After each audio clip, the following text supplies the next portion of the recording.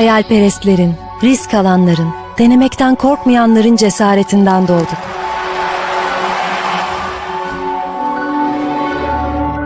Bizi asla yarı yolda bırakmayan o sesin rehberliğiyle ilerlemeye ve öğrenmeye devam ediyoruz. Bunun için varız. Bu yüzden gece geç saatlere kadar lambalarımız sönmez. Elveda demek hem hüzün hem de gurur verir. Her şeyi sorgulayarak ve merakımızı besleyerek, dayanıklılığımızı test ederek,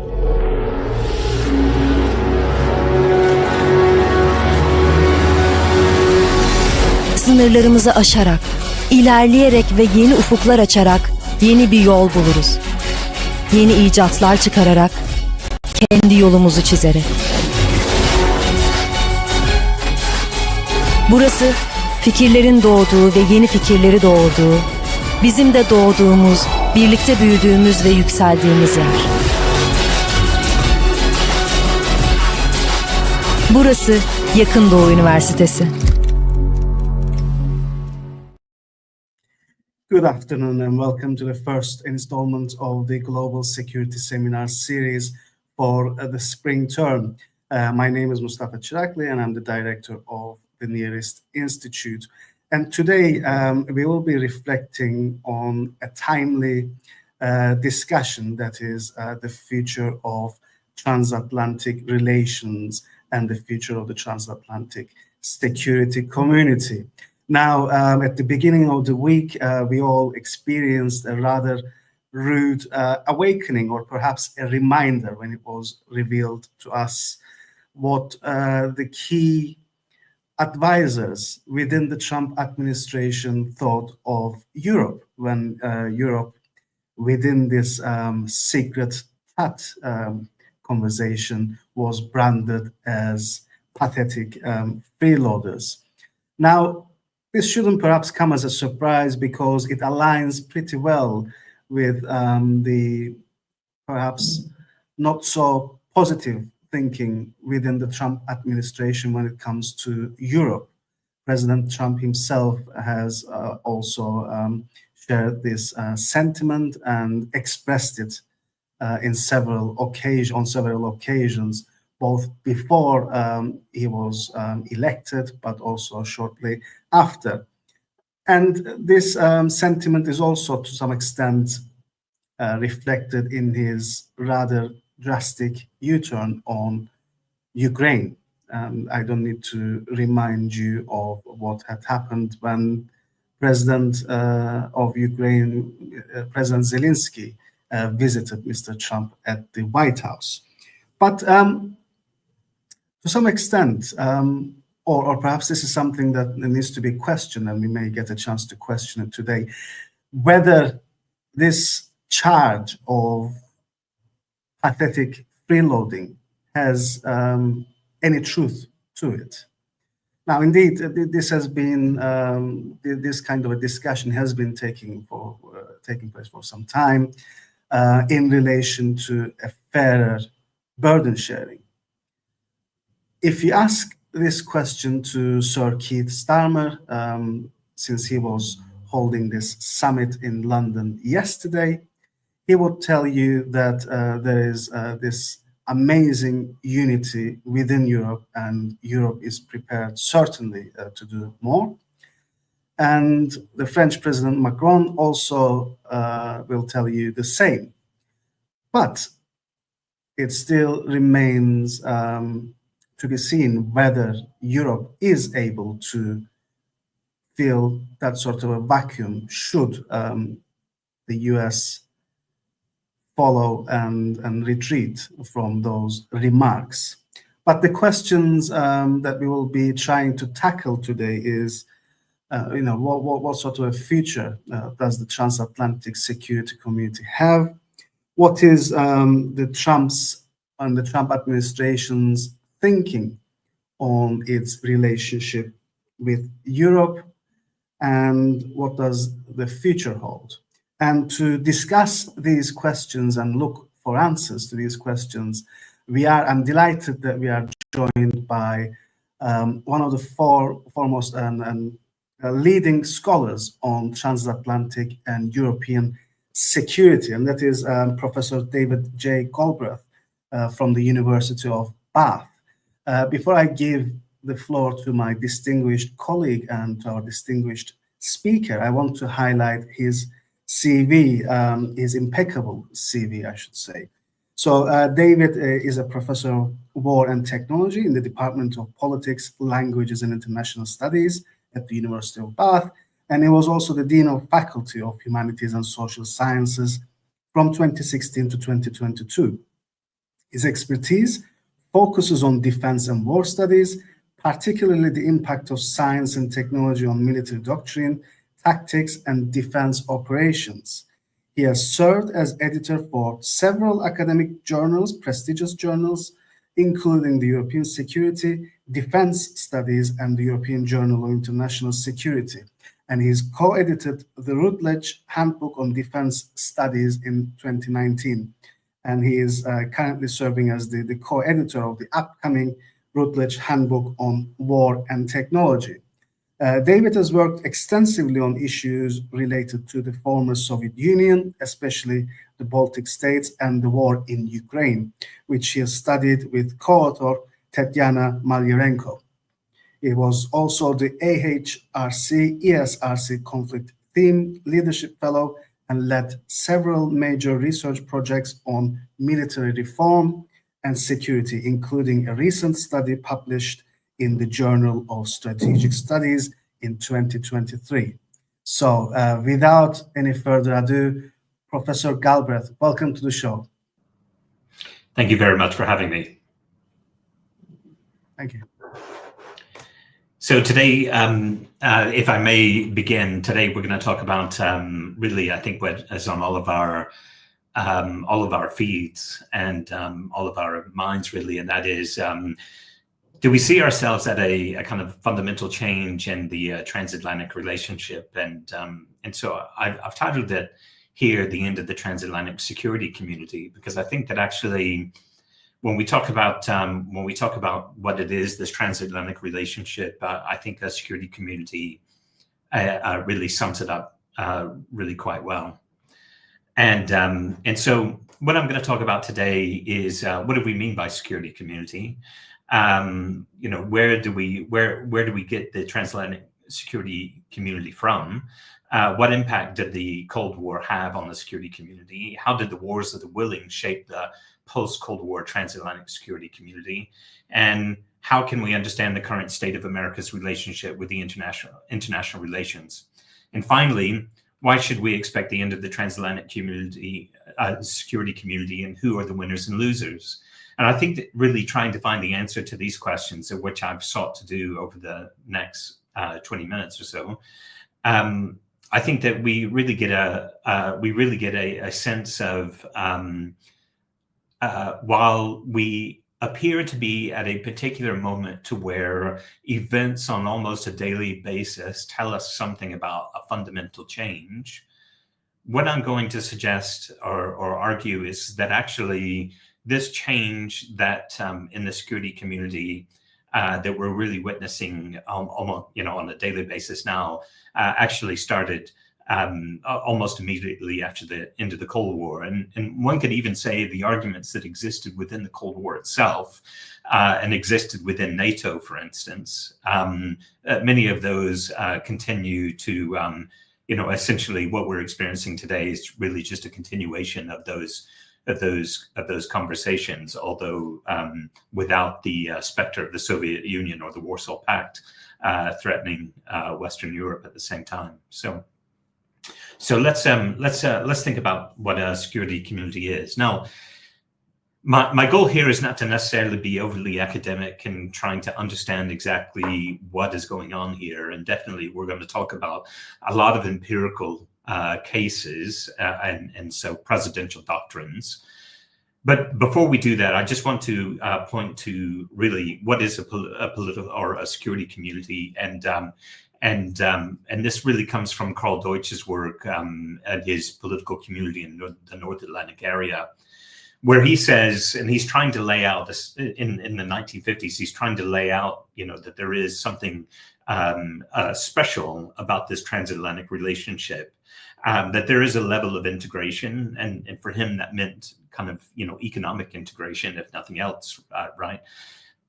There is a level of community, so maybe in ways that others like Andrew Moravcsik have talked about, this idea that different styles of government, but essentially different styles of democracy are essentially taking place or existed in Western Europe and in North America, for instance. So therefore, there's a kind of common language around governance and around rights and responsibilities. The third is that they're dependable institutions, and so something like the creation of the North Atlantic Treaty Organization set not only this ability to ensure security of all within the North Atlantic Treaty Organization, or within NATO, but also what it did is it set up an institution of trust. That is it allowed expectations and negotiation to happen at an institutional level between states. And finally, it was a way for states to go through a peaceful change. So in many cases, especially ravaged by the Second World War, it allowed them to go through a change with support from this transatlantic community. Now, what was particularly, I think, relevant in this case was that Karl Deutsch really saw it in two different ways. One is that it's kind of a pluralistic security community. So a type of, this would be something very similar to what we see in the European Union today, and maybe even increasingly more so in response to the current US government approach to Europe. The second is the amalgamated security community, so a type of security community where states have merged into a single government unit. Now, neither one of these necessarily tells us anything what the transatlantic community is in any way, and many, we could imagine that the security community has always been primarily represented within within NATO, and to some degree within other institutions, like we had at one point in time the Western European Union, or even maybe within something like the Conference on Security and Cooperation in Europe, which is started in 1975 after the Helsinki Final Act. And so there was a feeling that actually what we had as the transatlantic relationship was both embedded in these institutions, but fundamentally was this multilateral space that was happening.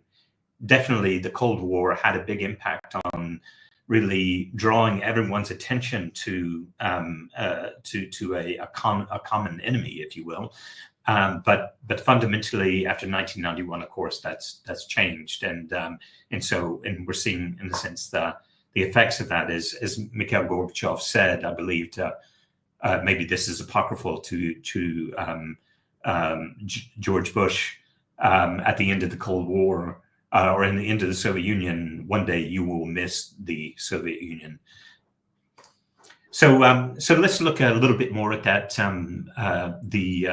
NATO itself, and so we can see what someone like Alfred Stein would talk about, these common interests. So he talked about the common goods and the common bads of international cooperation, and we can see the common goods in this case after the Second World War of peace, defense, and fundamentally control. That is making sure that states didn't slide into, say, the Eastern sphere of influence, and making sure that actually the democratic states had the ability to hold on to their own states, which was not readily apparent in the 40s and 50s. And so what, again, Andrew Moravcsik said, that the United States was kind of fundamental in locking in democratic governance in Western Europe.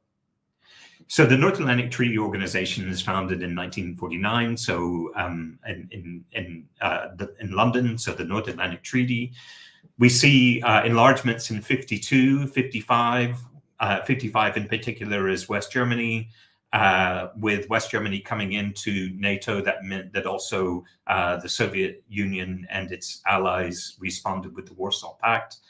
1982, 90 and onwards, eventually in 2004, you see the big enlargement. That is, as many of the East European states who were either formally a part of the Soviet Union or at least part of the Warsaw Pact came into NATO. So we see this kind of process, and obviously in 23 and 24, we see Sweden and Finland come in. Well, what's interesting, I think, in this process is that the transatlantic community, even after the Cold War had ended, continued to grow. And on one hand, you would say, well, if 1991 indicates a fundamental change in the transatlantic relationship because the common enemy doesn't exist, and even the logic of the security community doesn't exist any longer, then why do we see this kind of increasing enlargement in the case of NATO, even at the same time that we see this enlargement happening in something like the European Union, which of course shares many of the same member states in that case. So, and I think that that's an interesting question that maybe we would like to come back to in due course. So, of course, 1991, we see the Warsaw Pact being dissolved. Eventually, the Soviet Union collapses, at least I think the signing of the end of the Soviet Union or the collapse happens on the 25th of December, 1991. Eventually, the Conference on Security and Cooperation in Europe becomes the Organization for Security and Cooperation in Europe. So in many cases, the OSCE or the CSCE, as it was framed until 1994 under the Budapest Agreement or Budapest Summit, the idea would be that essentially perhaps this would be the security community, the basis for the security community going forward, which had all of NATO members plus all of the Warsaw Pact members before, so and former Soviet Union. So perhaps it could be the new basis for a transatlantic community. But really, I would argue that something has kind of fundamentally spoiled that. The first being that actually the OSCE was not established to be really a replacement for NATO or a replacement for a collective defense organization at all, really. Not even does it talk about collective security, it talks about common security. And that's a different level, I would say, of institutionalization of some kind of sense of reassurance, I would say. So already it's not really replacing NATO so much as it's fundamentally changing the nature of European security, or at least trying to. I think fundamentally it didn't, but it was trying to. Even from 1990, you see the start of the Yugoslav wars, and I think that probably much of the conversation about what do we do with the North Atlantic Treaty Organization is really, in a sense, put aside because of that. Not only do we have the beginning of the collapse in 1990 because of the Declaration of Independence by Slovenia, and eventually the wars that break out in both Croatia and Bosnia Herzegovina, that eventually, obviously, NATO and NATO members were part of the UN Profor mission to the former or to Yugoslavia as it was then.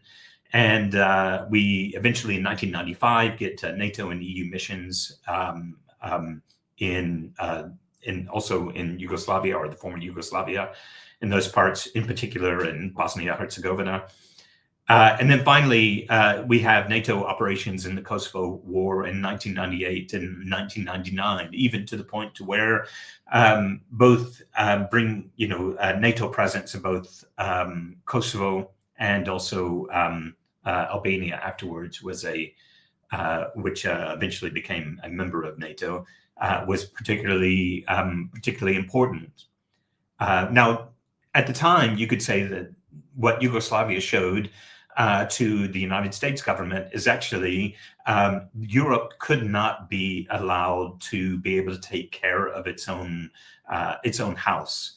And so the discussion that was going on really early on in 1992, both in the Bush administration and also in the Clinton administration, is this notion that actually the United States should be able to rely on Europe to maintain security on the continent. And it was found to be essentially wanting, or Europe was found to be wanting.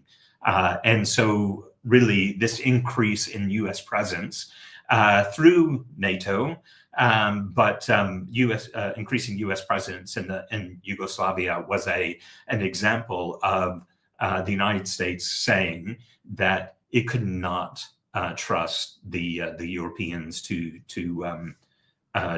maintain their own security, and I would say at the time that still seemed to be, in a sense, an important part of the U.S. relationship, or kind of in terms of its own security, is it really saw European security being really important for its own security. And if you think about the First World War and the Second World War, both of those cases, we had seen a European war essentially draw the United States into it. And of course, in the 1990s, there's still a great memory of that. And so what I want to suggest is that as we moved into the 2000s and all the way through the first Bush and then the Clinton 1990s, when we eventually get to the point to where we see George W. Bush come into office, fundamentally the language around the Europeans is starting to change. Not only is this crisis in Yugoslavia starting to become less and less an issue, but even Bush comes to office on a platform of really drawing down forces in Europe, and so several things didn't allow him to do that in the same way that it was discussed even 10 years before. So not only do we get 9/11 in September 2001, and subsequently the war in Afghanistan, even to the point to where NATO, in some ways to the chagrin of the Bush administration, but NATO even declares Article 5 in relation to the 9/11 attacks in the United States. And so therefore NATO is kind of fundamentally linked to Afghanistan. When the ISAF operation is established by the UN, by a UN mandate, NATO becomes the commander of ISAF and is the, as opposed to the United States, is the commander all the way up until 2014, when in most cases European forces were withdrawn from, except for training, withdrawn from that. So even if you say we didn't need NATO really beyond 1992, but then Yugoslavia happened, and then maybe we didn't need NATO beyond 1990 or 2000, maybe if you were thinking about it within the context of the United States, but eventually Afghanistan happens. And of course, in 2003, even though there's no NATO mission or activity or operation because some like notably France didn't agree with the war in Iraq, but fundamentally many European militaries were present in Iraq, so European member states. And in particular, what was interesting in both Afghanistan and Iraq, many Eastern European militaries were active in both of these operations, largely because they wanted to show the United States that they were fundamentally important to the U.S. in the way that the U.S. was fundamentally important to them. Now, the question, of course, is whether or not the United States really found the European forces to be all that effective in either Iraq or Afghanistan. That's not to say that actually they didn't do, especially with provincial reconstruction teams or helping aiding the Afghan National Army, or perhaps even in some cases initiating some of the early, say, counterinsurgency in the south. So, for instance, the British and Helmand province, and especially prior to 2006, that was not necessarily a very hot war in the way that it became. And eventually, of course, the U.S. Marine Corps is inserted into Helmand. What I'm trying to say in many cases is that on one hand, NATO became a part of the military or in both battle spaces, if you will, both theaters in both Afghanistan and Iraq, even though that you can't say that NATO was in Iraq. But fundamentally, the question there is really how much is the European forces, how much are they actually bringing to the table in this case? Eventually in 2014, so again, right even after, European forces are being withdrawn from Afghanistan. So for instance, the British operation in Afghanistan ends in 2014. Russia invades Crimea and the Donbass. And so this is an example you can see in the photo. And so already, even you could say that Yugoslavia showed us that NATO still had a purpose. And then eventually Afghanistan tells us that NATO still had a purpose. And then eventually we can see that actually Ukraine tells us that NATO has a purpose. This is what's really dragging the United States into European security over and over again, even if in 1990 and 1991, it was already questioning essentially its commitment. And even, of course, all the way throughout that period, it was shrinking its own military while withdrawing forces from Europe as well. So if you just looked at the number of U.S. forces in Europe over time, you would see that actually it looks like the United States is losing interest in Europe. But of course, a lot of things, in a sense, continue to interrupt that withdrawal. So I think that in many cases that could point us towards something like what we would say or talk about as the presidential doctrines. So Clinton renewed NATO, and this notion of a world policeman approach to, or at least as Clinton sought to do that really after 1996, is really after the election in 1996, really saw the United States playing a collective security role, not only in Europe, but around the world. And so therefore, this essentially kind of underlined the way that Clinton was thinking about American foreign policy. Bush came to office thinking that actually he could ignore NATO, but NATO essentially proved itself to be useful, or at least in some way, in the Afghanistan case. Obama tried to work with NATO, as in the case in 2011 in Libya.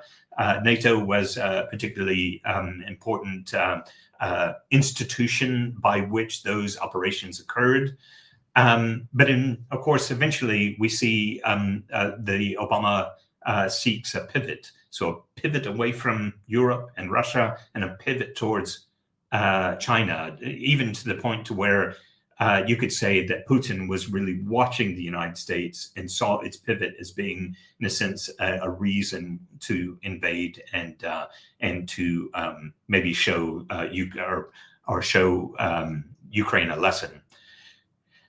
Trump one, we can say the first Trump administration, we could say that by and large, there's a continuation of the Obama doctrine. I'm not convinced at all that Trump would agree with that statement, but many who have looked at the foreign policy between 2016 and 2020 say that actually many of the ways in which the first Trump administration thought about international security very much kind of continued along the way of the Obama doctrine, but fundamentally this last or this most recent administration is fundamentally changing things, and I think that's really what we really want to focus on. So,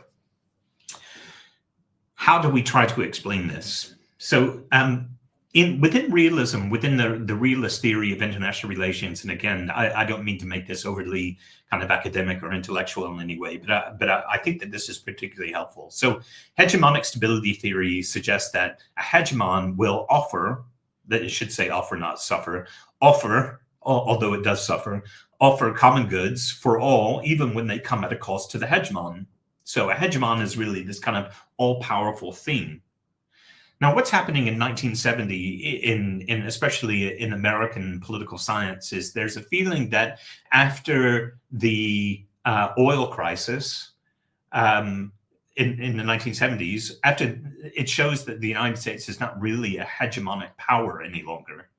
And so what they're trying to do, what the realists are trying to do, is trying to understand really how is it that we still have this world system that is essentially based on this hegemonic power, even when the United States isn't this hegemon any longer? And even to point, you can look at, say, Robert Cohen's book on After Hegemony and things like this that were coming out at the time. So what they said is that a hegemon actually introduces these common or public goods. That's probably a better way to phrase it. And suggested, this theory suggested that actually these public goods really kind of continue even after the hegemon has stopped. So perhaps the hegemon is no longer a hegemon or no longer willing to suffer these public goods is a question. So how long after the hegemon stops do these rules and institutions, how long do they continue? And obviously, if we chart, say, 1973 as the end of the hegemonic power of the United States, and we had lived up until that point, and even today with the 1945 consensus or the post-war consensus, maybe that is fundamentally changing. Maybe essentially the way that hegemonic stability theory thinks about the end or the lag time that exists with these rules of the hegemon outlasting the hegemon. Maybe that is essentially that's come to the butcher's bill has arrived, if you will. So increasingly, the Trump administration has presented a return to a multipolar world. So again, really trying to dispute the public goods that the United States previously enacted and ensured, even to its own challenge, even to its own cost over the years. And perhaps that what we're seeing here is this return to a multipolar world whereby power competition is among equals and not of a hegemon and its challengers. Now, I don't necessarily think that the Trump administration sees or is keen to see China become even more competitive over time. So I'm not saying that actually that they are seeing, the rise of China and India and Brazil and perhaps others as being particularly revisionist. Of course, they are revisionist, but particularly the Trump administration is not looking for that. But by and large, it's trying to take a much more what I would call pragmatic or realistic approach to international relations, and saying that actually our adversaries, as they would say it, our adversaries are using the public goods that we have enacted over the years to actually increase their competition against us, and that is unfair. And so fundamentally, I think that is the change that is occurring and what's being discussed. So perhaps that we are at a crossroads, and I would say that the U.S. has increasingly seen Europe not as being interested for it, and I would say that really kind of the disinterest that the U.S. government has had, say, over the 2004 enlargement, really is in a sense an indication of politically how the U.S. has continued to lose interest in Europe, even though militarily it is still engaged, and of course, even more so under the Biden administration in Ukraine. So the risk for Europe is if defense capabilities improve. So if Europe continues to essentially replace the defense infrastructure that the United States insured and invested in at one point in time, then the US feels more likely to stay close to Europe, perhaps. So on one hand, if they actually show that they're willing to pay for their own security, maybe that means the United States will stay interested in Europe. And I would say that actually that's the policy of the Starmer government in the UK. The Starmer government suggests that actually what Trump is telling us is that actually we need to pay more for our security, and we're willing to do that. And by doing that, we will retain or continue to engage the United States.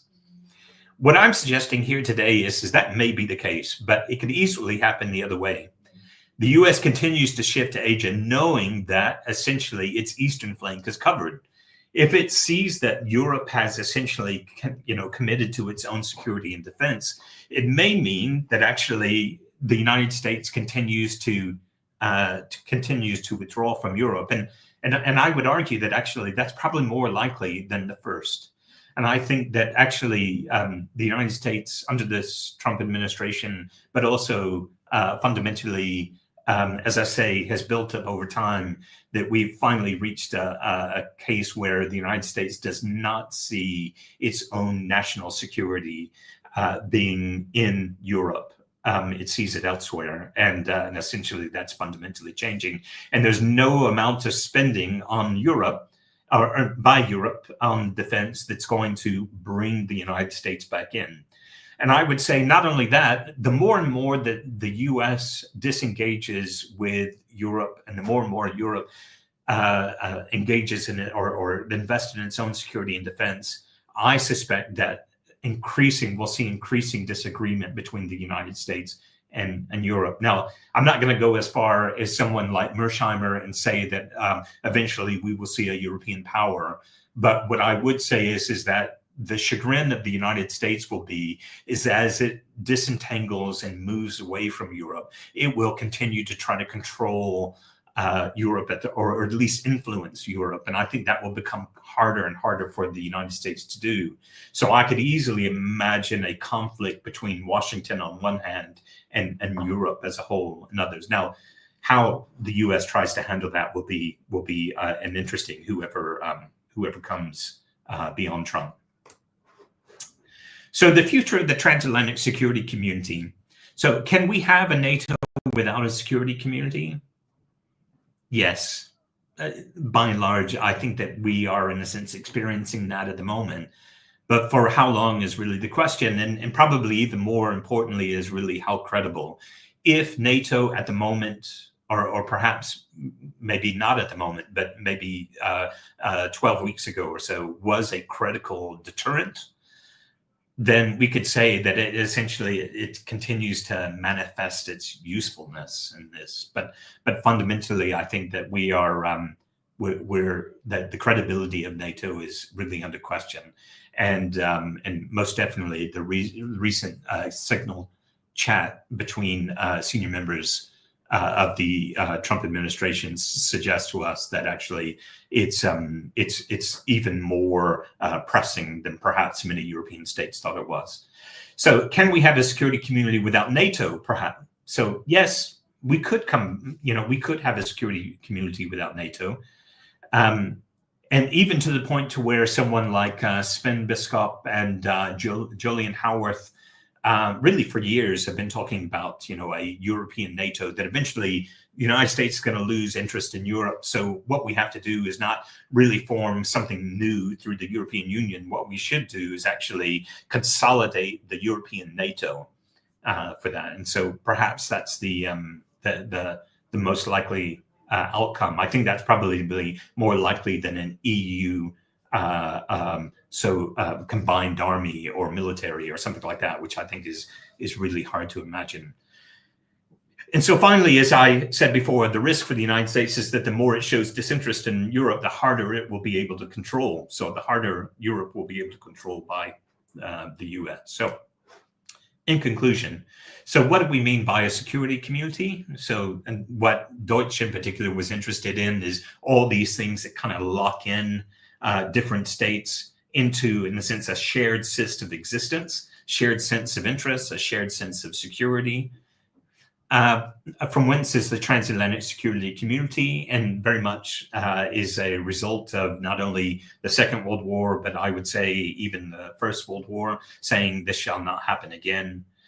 What impact did the Cold War have on the security community? Well, in many ways, it institutionalized it. But what I would say is that already in the 1960s, there were some fundamental disagreements between NATO member states, between the United States in particular, and European states as to whether or not they were spending enough money on their own security, and whether or not the United States would continue to have to foot the bill for European defense. And so already that was happening.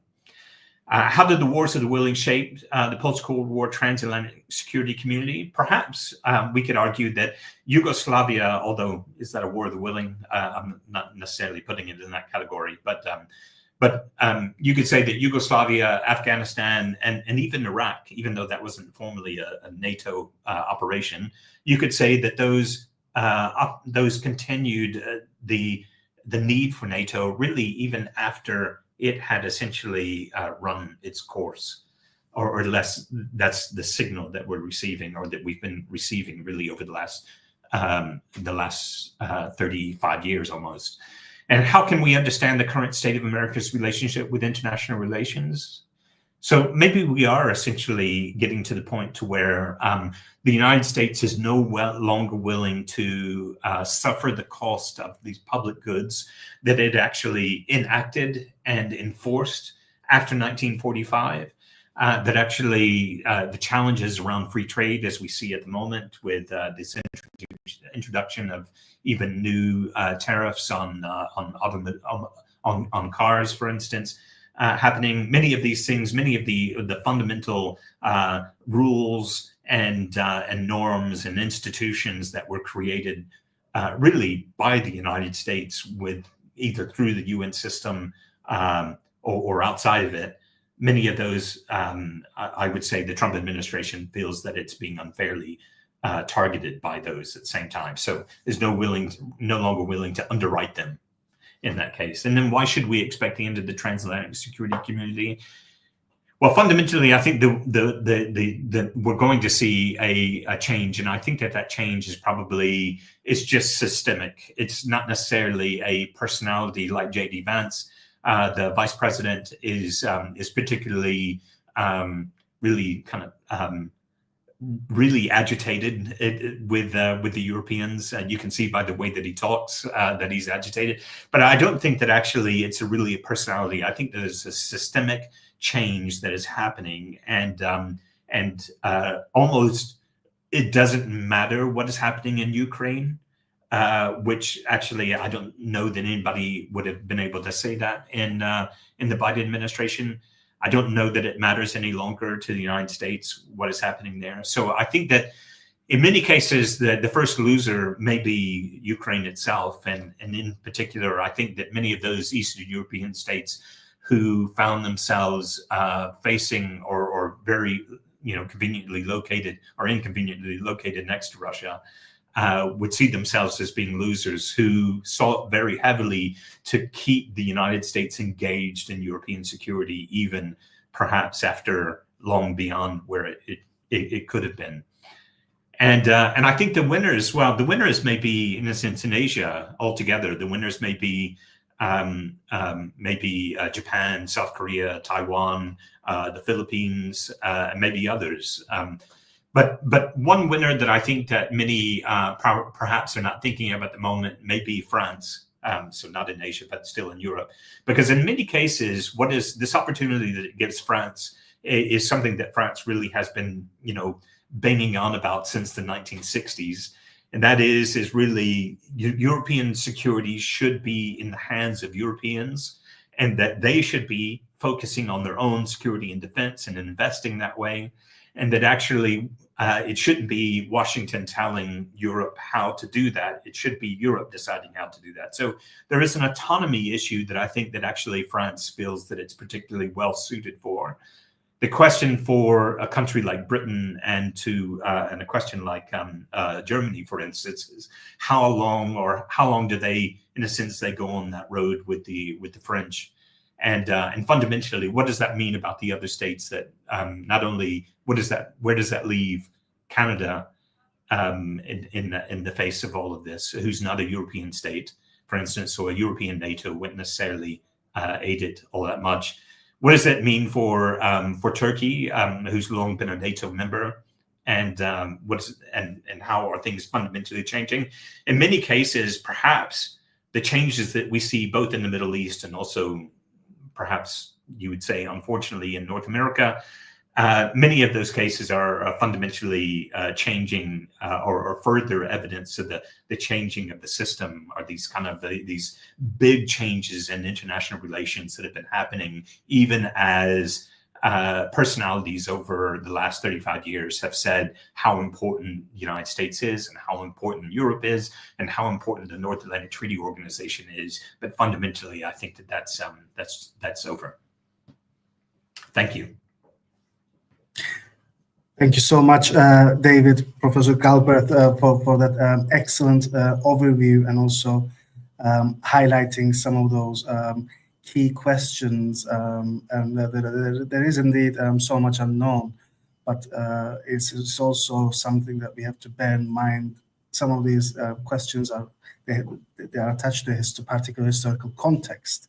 So I'm also glad that you were able to remind us of that historical context. Now, we have a number of, I have a number of questions, and I'm sure the members of the audience are also getting their questions together. And we already have one question from the member of the audience. Well, perhaps we start with that one, and then I can ask my question, and then we open the floor for more questions. So the first question is from Mr. Jan Tunja. He says, Mr. Galbraith, John Baudrillard said this is a simulation for the Gulf War. It's not real. Can we imagine the same thing in the Ukrainian-Russian war? So, yeah, I mean, essentially, I think that the Gulf War was real, and to the point to where I think that Kuwait was actually factually invaded by the Iraqis. I think what Baudrillard was largely saying was that fundamentally the importance, or that that it's a manufactured something. Now, fundamentally, I think it probably suggests some degree your position, how you imagine things. The political importance of either Kuwait or Ukraine in this case, that is a political choice. And definitely the Biden administration made a political choice to say that Ukraine is fundamentally important to America's national interests. So, and the Trump administration has largely agreed in the same way that maybe in the nature of the question, that actually that there is a that actually it's not in the U.S. national interest to continue to support Ukraine in its war with Russia. So I perhaps I don't share the constructivist understanding of, in a sense, what's a simulation and what is reality in the way that it was presented. I would say that actually it does hint at the way that we could probably think about the Trump administration's thinking around Ukraine. Excellent. Well, I suppose just to follow on from that, I mean, to some extent, I also feel, I share your concern, and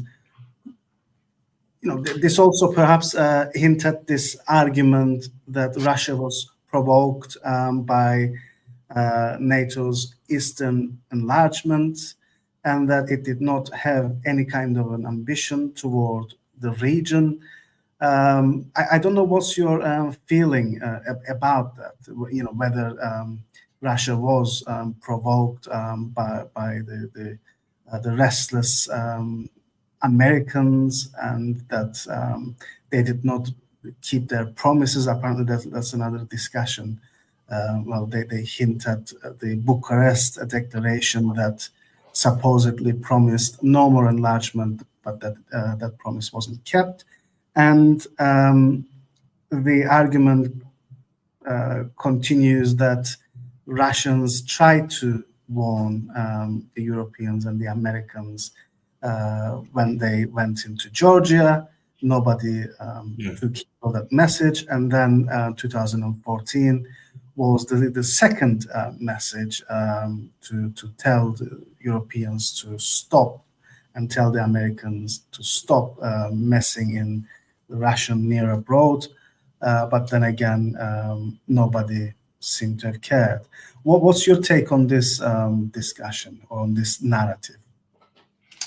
I think that I don't think that it's impossible to say in the line of someone like John Mersheimer that there is a cause for Russia invading Ukraine. I think the probably where I disagree with Mersheimer is saying that fundamentally it was it was fundamentally the United States' fault that it happened. I mean, I think that actually, if you look at Clinton, Bush, and Obama, that during that time, fundamentally, it looked like Russia had come to a static settlement with the former Soviet Union in some way. Nothing was happening in Nagorno-Karabakh at the time. Nothing was happening in Transnistria and Moldova.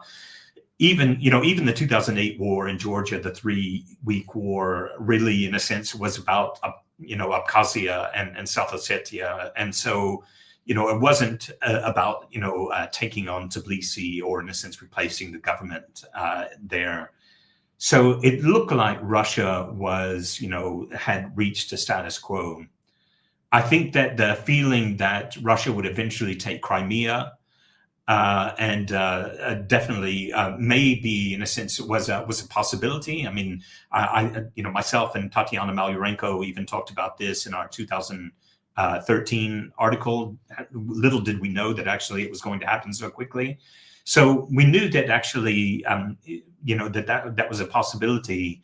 I think probably what has been more challenging is trying to understand from that perspective why Russia then rearmed and reattacked in 2022. That actually it could have maintained, in a sense, a static settlement in Ukraine, really without a huge number of battle deaths and injured by the Russian forces in Ukraine.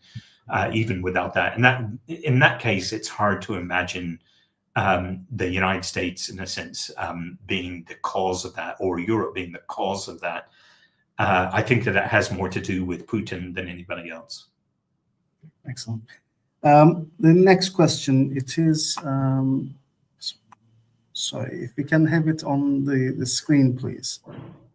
The next question is from Abdullah Al-Khatiri from the Near East Institute. He says, thank you, Professor Dr. David Galbraith, for the talk. This month, we witnessed that the EU took critical move in excluding the US, UK, and Turkey from the 150 billion euro and any further rearmament deals unless they sign a defense and security partnership with the EU. Is it a solid proposition? Is it a solid position prioritizing Europe's interests, or a response to the heightened tensions in US-Europe trade and security relations due to Trump's policies? And what does this mean for the NATO? That's a very good question. Yeah, I mean, so the first is that the EU has the European Commission has suggested 150 billion euros as a possibility for investment in armaments. Although it would have to go in significant debt in order to do that. Now, what we haven't really experienced in the case of the EU before is the arrival of debt, so that would be something new for EU. I think perhaps that is a more interesting question, but I'll try to answer your question, which is also interesting, I think. So the question then becomes, in a sense, why there are others, in a sense, Norway, the UK, Turkey, or others. Why are they, in a sense, locked out of this? Well, in many cases, it's very difficult for the EU to give money by the European Commission to actually give money to non-EU member states. So that's just the structure of the EU in and of itself. Also, if they're going to do it largely through some kind of industrial policy, again, that industrial policy has to exist within EU member states. And it just so happens that, these other states, are not part of the EU. And so it's really hard to imagine how that would happen. I do think that there's a possibility that eventually that we'll arrive at something that is, is particularly that EU will continue to invest in these areas. We can see that, for instance, of the something like 62, I believe, PESCO projects that the EU has funded over time, that there is a lot of thinking. I think that actually still there hasn't really been an assessment by European states as to if they're going to replace the United States and its sharper, the sharper pieces of kit and the way that it is able to project power, if it's going to do that, what does that really mean for an individual European state? And what does that really mean for the UK and for France and Germany or even in Turkey? What does it mean within the context of either nuclear power, or what does it mean in the face of something like naval power? Or what does it mean in the context of something like fourth generational warfare and full spectrum operations and things like this? I mean, all those things are really, really expensive. So whether or not, to the point to where 150 billion really wouldn't even scratch the surface. So, it almost raises more questions than it solves the answers, this 150 billion. Definitely, for sure. Just to again follow from that, Trump is not willing to share some of this with the Europeans either, in the sense that, we heard him talking about the 7th generation fighters. Yeah. He hinted that, well, we are going to make sure some of this technology is going to be constrained in that, our allies don't use it against us. This is, I think, what he was hinting at. And my question was, yes, we are all talking about burden sharing. At least this was the original sentiment, the original point. But do we ever get to a point where the Americans start Europe getting a bit too stronger for their liking? Too much Europe, as they say. Yeah. No, I understand what you're saying. So I think that, firstly, at the moment, it's really hard to imagine that happening. It's really hard to imagine that Europe would get to the point to where, if you think that maybe by 2050, for instance, Europe could invest in a way as to, in a sense, be, a potential a threat to the United States. It's hard to imagine the amount of effort that it would take, not only to investment in terms of getting to that point, but fundamentally changing European society to be willing to operate at that sort of level. I think that that's a challenge beyond Europe, really. I really do think that that's going to be difficult. Now, it may not be challenging for Poland and for Lithuania and for, Romania and so on, right? And definitely not for Turkey. Because in a sense they're already in that kind of operational mindset, if you will,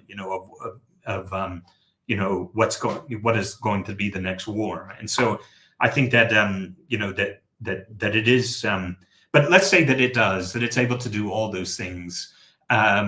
Well, it depends. If you think that if you're a realist and you explain the world in terms of power competition, and we imagine that actually the power competition that exists between all military powers means that actually that it would increase. But I would say fundamentally what we're more likely to see is that the increasing and continued trade between Europe and the continued, in a sense, what we call the soft power links between Europe and the United States would continue to have a big impact on that relationship. Now, whether or not in the long term, 2070, 2080, whether or not that would still exist, I don't know. The likelihood is that it's hard for us to imagine that far out anyway. So who knows what's going to happen? Yeah. Let's have the next question. So it is from Dr. Said Akshit. Thank you for the insightful talk. The main focus of the MAGA appears to meet the challenge that China is presenting. Can the US take on China with a weakening transatlantic link? Yes, it can, and I think that actually, if anything, Europe is probably not needed, is not wanted in that case. Of course, the freedom to navigate through the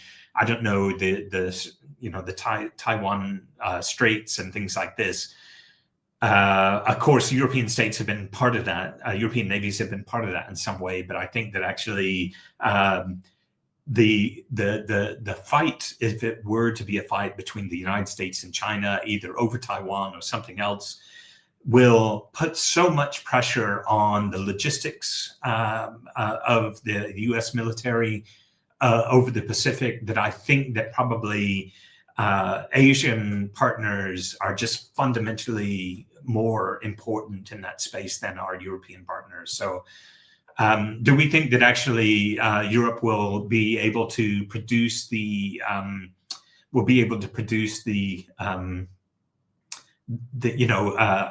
ammunition and armaments and so on for the American military? I just think that probably that's a level of conflict that I don't think the Europeans are ready for. And even to the point to where the United States doesn't want to go into a fight if it thinks it's a fair fight, right? It always wants to have an advantage. And I don't know that necessarily at this stage, or at least in the way that we're thinking today in 2025, I don't know that that European militaries are going to give you an advantage in that space. So I don't think so. Mm. So I think that actually, rather than disagree with the Trump administration, I probably think that on their mind on China, I would agree. Yeah, that's an interesting point. I mean, what still baffles me, though, is this sort of thinking in the US that we can definitely, follow with this pivot to Asia, and we don't have to worry about what happens in Europe. And I say this with this sort of implicit reference to what's happening within Europe. With your Eurosceptic governments and with this lack of unity, because really the argument is there that if you have this lack of unity in Europe, if you don't have any allies, then how are you going to, at least at the political front, how are you going to tackle the likes of China? And also the argument goes that, what Putin is trying perhaps in Europe, it's not so much, I think, is not after for military gains, but for political scores as well. So, what they will eventually get out of this will be some bonus points for the alternative vision they have for the global world order, a weakened European vision for how things should be run. And we are also talking about the weakening of the democratic governance systems. So how is it that the policymakers in Washington missing this, it still baffles me. Yeah, I mean, to give credit to the U.S. administration, I mean, to the American administration, I think that probably many people in the U.S. government do recognize that. I think the challenge is probably seeing the signal for the noise, and I think that actually there's personalities in the president, but also in the presidential cabinet that is particularly noisy. So I think seeing the signal is particularly difficult to do, to the point to where I think that part of the challenge for many European countries is actually having those backroom conversations with American, say, diplomats or policymakers, which actually talk totally differently than does the president or vice president or the Secretary of Defense. To the point to where it just doesn't seem to mean the same thing. So I think that actually, at the moment, we're seeing, in a sense, a very kind of vociferous and combative presidency. But I think that probably the future is more likely, I think, to be in not a radical change. Or the short term anyway, is not likely to be a radical change, because I think there's many within the U.S. government who is still working with and thinking towards its allies in a way that is trying to it's trying to continue to support them, despite the fact what these big personalities are saying. Yeah, let's hope for all our sake, I suppose. Yeah. Let's have the last two questions. So we have one from Tasiu Dangulbi. I think is again sort of emphasizing that fallout between Europe and the US over Ukraine. The question is, can we say that the current US approach to Russia-Ukraine conflict shows that the US is cooperating with EU in dealing with conflict in Ukraine? Well, I think it's the opposite, but...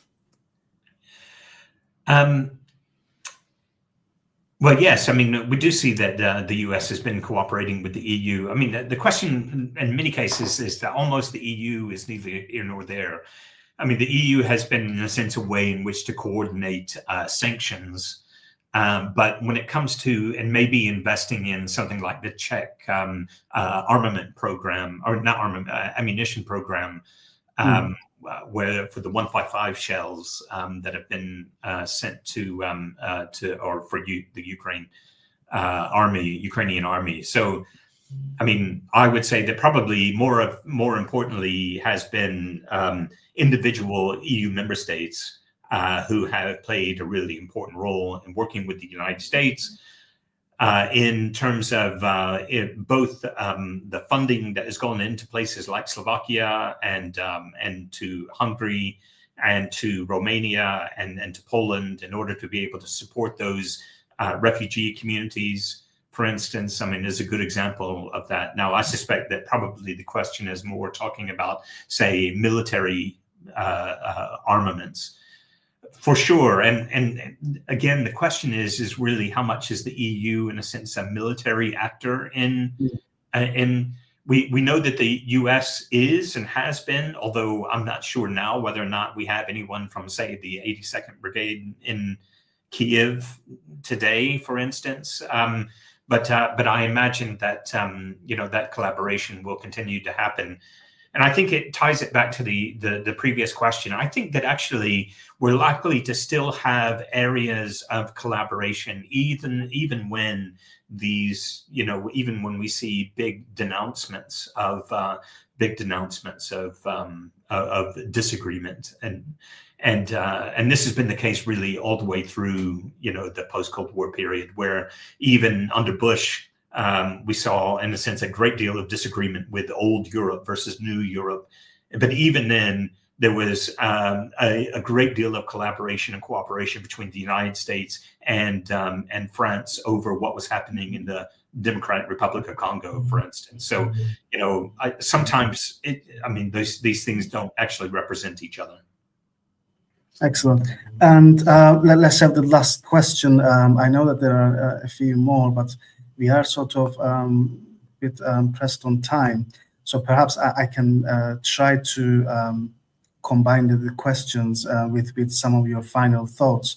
The question from Ruben asking, whether the NATO has outlived its purpose, and whether it should cease to exist to ease geopolitical tensions. And Wissam Ali from Nias University again. This is more of a thought he's sharing with us, and a suggestion that we should have a similar discussion to include the events in the Middle East. But that's a fair point. So perhaps some final thoughts, please, Professor Galbraith, because we don't want to keep you too long either. Final thoughts and maybe some reflections on the future of NATO and some other themes that we've tried to touch upon this afternoon. Yeah, thank you very much. I think that a couple of things really strike me. One is that I think that we may be seeing the end of NATO, but what I want to say more than what I want to say is that I think it's really in debate whether or not NATO itself is a generator of tensions. And in many cases, you know what you get with the North Atlantic Treaty Organization. You know what you get. So if you get rid of it, you don't know what you get, because actually there's nothing being portrayed to you in a way. So actually something like these kind of long-standing defense pacts are more dependable. If you're an adversary, they're more dependable in a way of understanding what your adversary is doing. Even though you may not like it, you know that it's, what they're going to do. So we may see, and it's, I would say that, one way is to think that actually the collapse of NATO is going to make the region less secure rather than more secure. And I think that that's the fear of many in NATO today, is they don't think that actually at the moment it is a generator of tensions.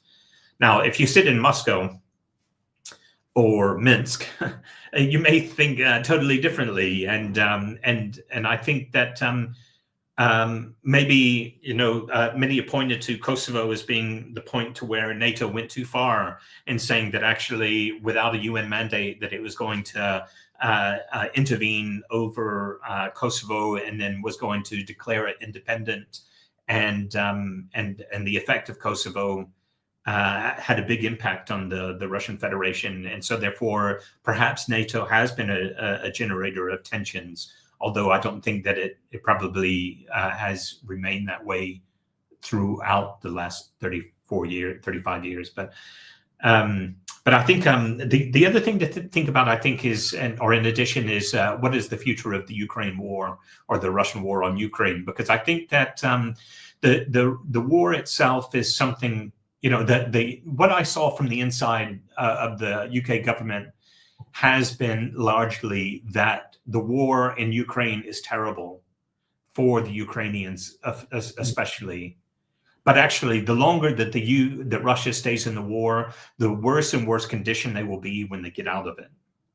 And so what we should be, in a sense, doing is supporting the Ukrainians to defend themselves rather than finding a solution.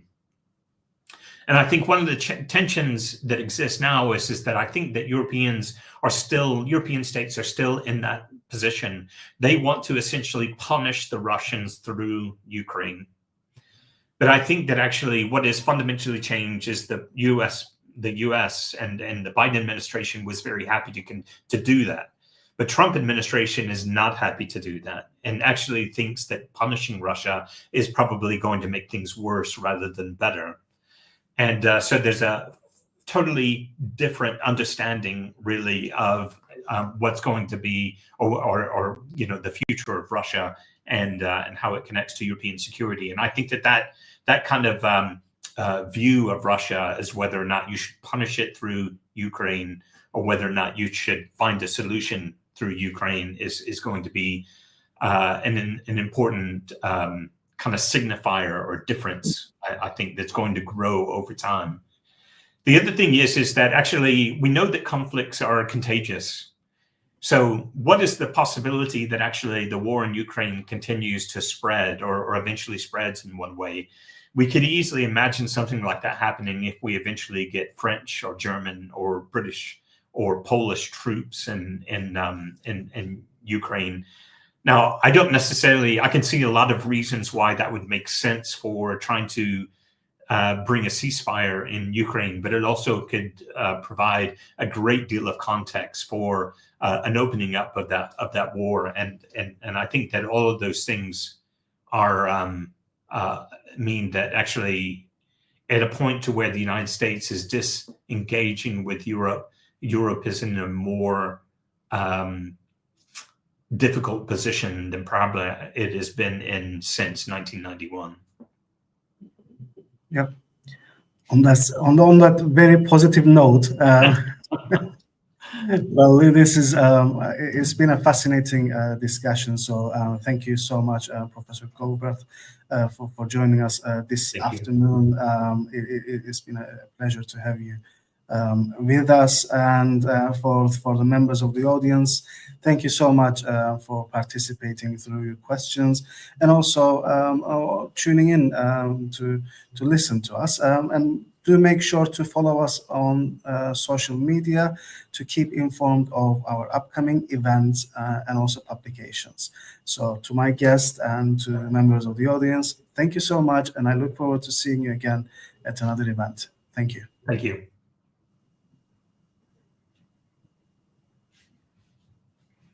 Hayat hızla akıyor ve biz bu hızı seviyoruz. Her güne heyecanla başlıyor, her anı doya doya yaşıyoruz. İlk günkü heyecanımızla yılları aşıyoruz. Zaman akarken biz de kendimizi arıyoruz. Heyecanla, merakla. Sen de kendini mi arıyorsun? O zaman zamana yetiş. Bu sadece kendini bulmakla ilgili değil. Asıl heyecan kendini yaratmakta. Bir şeyler mi yaratmak istiyorsun? Mükemmel. Metali işlemeyi, bir bina yapmayı, bir iş kurmayı, hatta bir şehir kurmayı öğren. Hayat kurtarmak, teknoloji geliştirmek, üretmek.